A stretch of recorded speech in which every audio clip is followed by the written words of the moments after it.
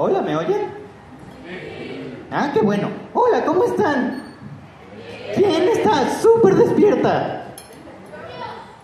Muy bien. ¿Te tomaste tu cafecito en la mañana? Bien, ¿quién más se tomó una taza de café esta mañana? Levante la mano. 1, 2, 3, 24, 27, 32. Uy, perfecto. Pues adivinen qué. Esta mañana ustedes consumieron una droga. Oh, sí. Una droga legal. ¿Ya se consideran drogadictos? Pues adivinen qué. No, no lo son. Claro que no. No, para nada, no. Yo soy Lugo y las drogas. Y si no me conocen, yo tengo un videoblog en YouTube. En ese videoblog me dedico a hablar de la reducción de riesgos y daños en el consumo de sustancias psicoactivas. Y para eso tenemos que saber, antes que nada, que las sustancias psicoactivas pueden ser legales o ilegales. Por ejemplo, la cafeína es una sustancia psicoactiva legal. También el alcohol, también el tabaco, pero son sustancias que a fin de cuentas pueden ser dañinas si no tenemos una buena relación con ellas. Igual pasa con las sustancias ilegales. Pero, me pregunto, y ustedes se preguntarán, ¿por qué hay sustancias legales y por qué hay sustancias ilegales? Bueno, esa pregunta se contesta con la prohibición. ¿Cómo surgió la prohibición de las drogas? Y hoy les quiero hablar de eso. Empezando con la prohibición de la cannabis. La cannabis, sí, la marihuana. La marihuana, ustedes saben que la marihuana es una planta ligada intrínsecamente a la cultura mexicana. Bueno, pues la prohibición de la marihuana empezó en Estados Unidos con un gringo gordo, feo y calvo llamado Harry J. Anslinger. Oh sí, Harry J. Anslinger era el encargado de combatir a los traficantes de alcohol, porque si no lo sabían, en Estados Unidos a inicios del siglo XX el alcohol estaba prohibido. Sí, era ilegal tomarse hasta una cheve, lo que fuera. Y entonces surgieron los grandes gángsters como Al Capone, o Bonnie and Clyde, que lo que hacían eran como alcotraficantes, algo así como los narcotraficantes, pero de alcohol. Y este gringo feo los combatía, criminalizándolos. Más o menos así era su trabajo. A continuación, una representación gráfica. Estás ahí, varón de la cerveza, y voy a encontrarte. ¿A que no? ¿A que sí? ¿Que no? Más o menos así era su trabajo. Pero la sociedad norteamericana se dio cuenta que después de 14 años de prohibir el alcohol, no había disminuido el consumo. No, para nada. De hecho, había aumentado. Y además el alcohol era más accesible, más gente consumía. Y no solo eso, sino que lo que también aumentó fue el costo de la policía y del sistema judicial. Así que decidieron acabar con esa horrible política de prohibición. Y entonces Harry J. Anslinger se quedó sin trabajo y sin nadie que le firmara sus cheques. A continuación, una representación gráfica de cómo me imagino su cara en ese momento. Así, todo deprimido, se preguntó: ¡ay Dios! ¿Qué voy a hacer? Ya me quedé sin chamba. ¿Cómo le voy a dar de comer a mis 14 hijos? Yo creo que tenía 14, pero la verdad no sé. Y se le ocurrió una gran idea. ¡Claro! Voy a criminalizar otra sustancia. Una sustancia que sea fácil de criminalizar porque esté relacionada con algo que la sociedad estadounidense de mi tiempo odie y no soporte. Y se puso a pensar, claro, ¿qué podrá ser eso que odian y no soporten? Quizás será el comunismo. No, todavía no. Apenas acaba de terminar la Primera Guerra Mundial. Todavía no es la amenaza roja. Quizás será no ganarse todas las medallas de oro en las Olimpiadas. Pues sí les cae muy mal, pero bueno, pueden soportarlo. Quizás será que no les permitan llevar sus armas de alto poder al Walmart. También lo odian, pero no. Lo que más odian los estadounidenses de esa época, se dio cuenta, es a los mexicanos. Oh sí. ¿Por qué a los mexicanos? Pues bueno, siempre ha habido una vena racista muy fuerte. Los mexicanos iban a Estados Unidos desde entonces a ser braceros, a trabajar el campo y a tener trabajos temporales para poder alimentar a la gente acá de este lado del Río Bravo. Y para poder aguantar esas largas jornadas larguísimas de trabajo sin ningún tipo de comida o derecho laboral, pues fumaban marihuana. Entonces se agarró de ahí y dijo que la marihuana era una hierba del diablo. Empezó una campaña negra, oh sí, una campaña negra, en la cual incluso llegó a decir, y esto es cita, que la marihuana despertaba el vínculo de los mexicanos con sus antepasados, los aztecas, y que entonces tenían ganas de sangre y de sacrificios humanos. Así. ¿Eso es cierto? ¿Quién dijo que sí? Ahí está la puerta. No, no es cierto. Te puede quedar para aprender. Justamente, no. Yo, verán, soy de la isla de los peluches. Y en la isla de los peluches conocemos pocos mexicanos. Pero yo conozco muchos porque aquí vivo y trabajo. Y si por algo enloquecen los mexicanos, no es por la marihuana realmente.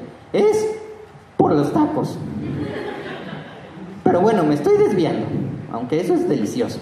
Oh, sí.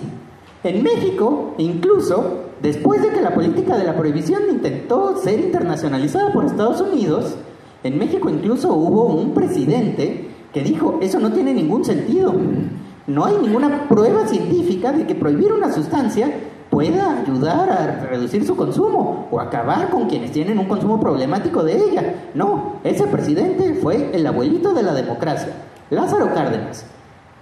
No solo volvió a permitir el consumo de marihuana, sino que además puso centros administrados por la Secretaría de Salud, en donde había doctores para consumidores de marihuana y otras sustancias, como opio. Ahí se les proveía de la sustancia de buena calidad, se veía su consumo y se les asistía para que no fuera tan problemático. En el mejor de los casos, el mejor modo de acabar con los riesgos y daños es no consumir. Pero quienes ya consumen pueden tener un consumo que sea menos problemático para ellas y ellos, y sobre todo para sus familias y comunidades. Bueno, así, Estados Unidos se enojó. Esa política de Lázaro Cárdenas duró poco, porque no solo era una política para criminalizar a las y los mexicanos, no, también se dieron cuenta que ya combatiendo la amenaza roja en 1950 y 60, había un gran modo de hacer que los ejércitos locales tuvieran dinero y no solo eso, fueran independientes de los gobiernos civiles, controlando el territorio. Y se dio cuenta que controlar el territorio se podía hacer a través de la droga. La CIA y el ejército de Estados Unidos empezó a apoyar a comandos armados emanados de los ejércitos y les empezó a enseñar cómo sembrar droga para así poder tener a los campesinos bajo su poder y mediante vender esa droga, tener dinero para comprar armas que estuviera fuera del presupuesto oficial y obviamente fuera de cualquier control civil y de cualquier peso y contrapeso, y poder así hacer contraguerrillas. La cristalización de esa política llegó a través de la Escuela de las Américas. Oh sí, la Escuela de las Américas es una escuela en Panamá en donde el ejército de Estados Unidos entrena, aún hoy entrena y durante todo el siglo XX entrenó montones de policías y de soldados de toda Latinoamérica en técnicas contra insurgentes. Eso va desde tortura hasta siembra de opio, hasta cómo desaparecer gente. Es muy triste y no estoy hablando sin saber. Hay un gran caso que salió a la luz. Durante la administración de Reagan salió el caso de los Irán Contras. ¿Qué hacían los Irán Contras? Bueno, la contraguerrilla en Nicaragua, para combatir a los sandinistas, sembraba coca, y esa coca y opio también que sembraban lo exportaban a través de un contacto en Irán. Ese contacto en Irán vendía esa coca y opio y compraba armas, obviamente, a productores de armas estadounidenses. Claro, porque el negocio está en todas partes, en todas las partes del negocio, para poder combatir a los gobiernos que no le eran cómodos a Washington. ¿Entendieron o repito? Así es que surgió la prohibición de las drogas. Y así es que surgió el videoblog que yo hago. Viendo todo este contexto, me di cuenta que había que comunicar de un modo diferente, que no había que criminalizar a las y los consumidores. Y me dije a mí mismo, Lugo, peludo, tienes que salir a decir algo. Y entonces contacté a mi equipo de humanos, a quienes ahora le voy a pasar la palabra. A él, a mi asistente. Pero no le pongan mucha atención, por favor. Les presento a Rodrigo. ¡Aplausos!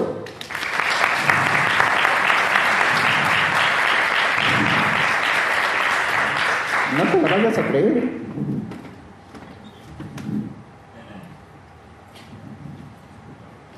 Hola. Yo soy Rodrigo y Lugo no me quiere dejar ir.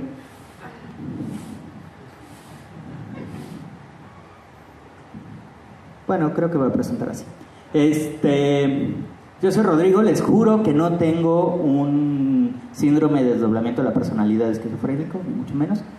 Y les quiero hablar más o menos de el proyecto de Lugo. ¿Cómo surgió el videoblog de Lugo y las drogas?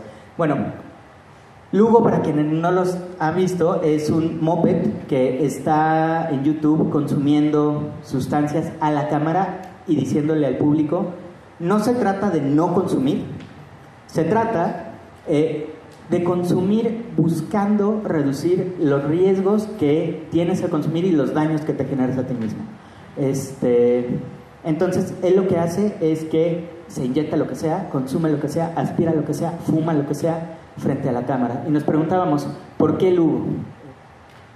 Todo surgió con una organización que se llamaba Espolea. Espolea era una organización que se dedicaba a la reducción de riesgos y daños, que hoy ya no existe, y que se acercó a nosotros, a un equipo de 4 humanos, a pedirnos que hiciéramos que esta filosofía de reducción de riesgos y daños llegara a un público más amplio y a un público que sí consume. Porque existe muchísima comunicación al respecto, pero toda es muy académica. Y ellos decían, bueno, pues queremos que llegue a las y los adolescentes, a la gente en los barrios, a la gente en las ciudades y no solo a la gente en los congresos, ¿no? Entonces pensamos, bueno, ¿qué podemos hacer? Pensamos en un moped. ¿Por qué un moped? Porque un moped no juzga, un moped no es un doctor, un moped no es un adulto, un moped no es tu papá, un moped no es tu tío, que es alguien que en cuanto le digas, oye, tengo una duda de esto, de esta marihuana, si es buena o no, o cómo consumirla, o por qué me dio un mal viaje, o por qué no me pega, no te vaya a juzgar, ¿no? Existía esa gran necesidad de comunicarlo de una manera bien llamativa, porque como les decía, toda la comunicación es muy académica, ¿no? Y estos son ejemplos de más o menos cuando uno busca reducción de riesgos y daños en Google y ponen imágenes, lo primero que aparece es eso, que los diseñadores acá sabrán juzgar que eso está bastante feo, es horrible, y no compite con el nivel de comunicación que existe de la prohibición. Existen grandes ejemplos como los que vamos a ver de la prohibición ahora mismo. Ahí tenemos a un miembro de la banda Molotov inyectándose algo mientras está con Jesús detrás de sí. Luego a su lado derecho tenemos un cómic estadounidense que habla de los traficantes y de cómo la heroica US Border Patrol combate a los sanguinarios mexicanos que quieren acabar con la juventud estadounidense dándoles marihuana, que ya ha sido legalizada en varios estados en Estados Unidos. Quienes jugaban maquinitas se acordarán todavía que antes de jugar aparecía ese letrero de hasta arriba que decía los ganadores no usan drogas, y eso está muy bien mientras ibas ganando.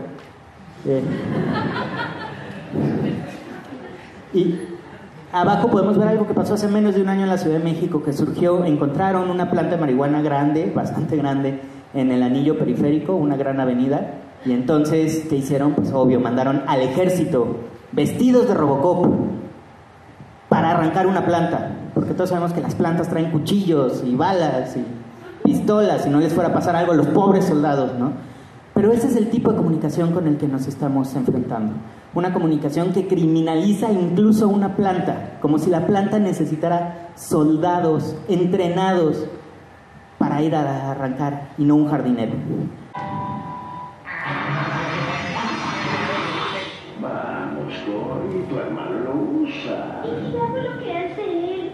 ¿Tal vez podremos ser amigos otra vez? Por supuesto, pruébalo. ¡Qué raro! Está todo muy oscuro. Lo único que puedo ver es... Que esa no es una bola de cristal. ¡Por supuesto! Lo único que quería ver es si tienes buena vida. ¿Puedes ver mi futuro? Desde luego que sí, yo tengo talento para este tipo de cosas. Concéntrate, fíjate muy bien. Tu futuro está delante. No creo que impresionarlo. Ese soy yo. ¿Este es mi futuro? Lo será si no dejas las drogas. ¡Mira, muchas pierdes! Escúchanos, tomas intereses, Mikey. Lo que pasa, Doc, es tu vida. Si no dejas las drogas ya. No hay nada inteligente en un drogadicto. Claro, tú eres excelente tal como eres, sin drogas. ¿Cómo salgo de aquí? ¡No! Este es el tipo de comunicación a la que nos enfrentamos, comunicación en la que están implicados ya todos los símbolos culturales con los que crecimos de niños, sobre todo mi generación, esas eran todas las caricaturas que yo veía, y que retratan a las y los consumidores como este modelo de alguien que tiembla, que no tiene control de sí mismo, que está tirado y que no tiene ningún futuro, ¿no? Así de fuerte es la propaganda contra una sustancia, que es una sustancia o unas sustancias que pueden ser sustancias igual de dañinas y de peligrosas y de controlables que la cafeína. Ante ese problema decidimos hacer un peluche de Troya, ¿no? Y decir, ¿cómo desactivamos toda esta comunicación negativa que se ha hecho? Bueno, si las drogas se retratan como algo peligrosísimo, luego tiene que ser completamente inofensivo. Si las drogas se retratan como algo violento, luego es bien tranquilo. Si las drogas son ilegales, luego, además de todo, es súper ñoño, ¿no? Entonces, intentar no hablar desde el prejuicio y el tabú que ya existe de las sustancias, sino desde una tabula rasa, un pizarrón en blanco. Y nos dimos cuenta que había que hablarle al público.